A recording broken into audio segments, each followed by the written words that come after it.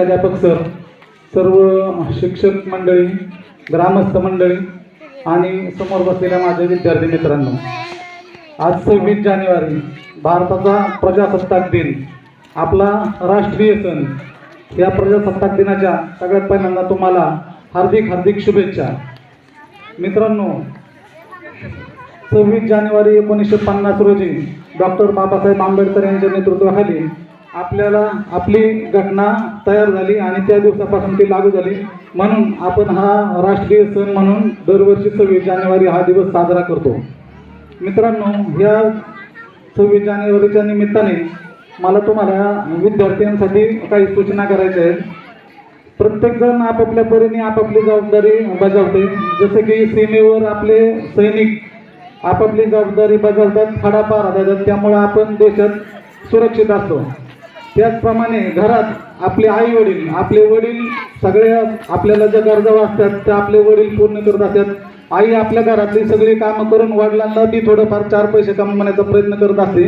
पण ह्याच्यात आपली भूमिका काय आहे विद्यार्थ्यांसाठी मला आवर्जून सांगायचं आहे. आपली प्रमुख भूमिका काय आहे? आपण शाळेत जातो, आपल्याला अभ्यास करणं फार गरजेचं आहे.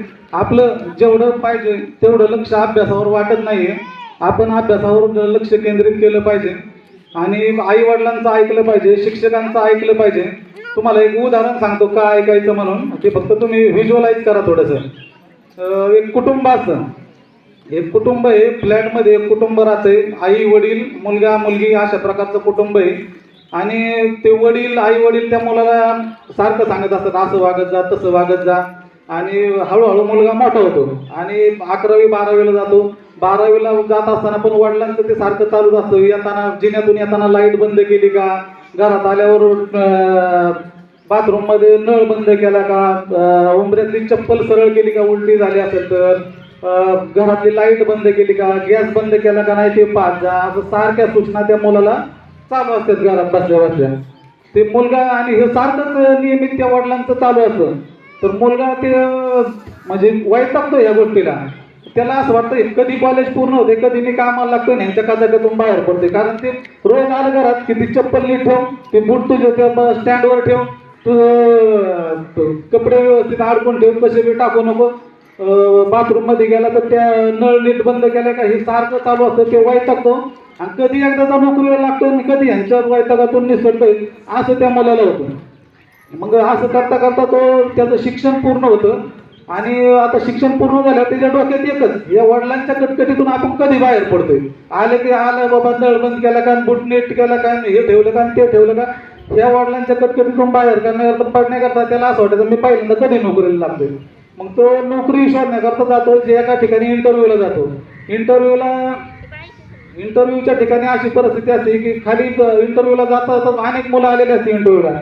खाली जातानाच एका ठिकाणी खुर्ची पडलेली असते वॉचमॅनची. ते जाता जाता ती सरळ करतात. अंगात वडिलांची सवय लावलेली असते, ती जाता जाता खुर्ची पहिल्यांदा नीट करतो. वरती जिन्याने जाताना लाईट चालू असते तशी दिवसाची सुद्धा, ती लाईट बंद करतो. आणि परत पुढे गेल्यानंतर त्या ऑफिसच्या उंबऱ्यामध्ये चपला आडव्या तिडव्या पडलेल्या असतात, बुटं कशी पडलेली असतात, ती सगळ्या चपला व्यवस्थित ठेवतो, बुटं व्यवस्थित ठेवतो. कारण ते अंगातच मुरावलेलं आई वडिलांनी त्यांच्या, तर ते व्यवस्थित ठेवतो. आणि आतमध्ये जातो, आतमध्ये फॅन चालू, AC चालू, मग तो फॅन ते बंद करतो, AC कंट्रोलमध्ये करतो. असं करता करता आणि मुलांचे इंटरव्ह्यू चालूच असतात.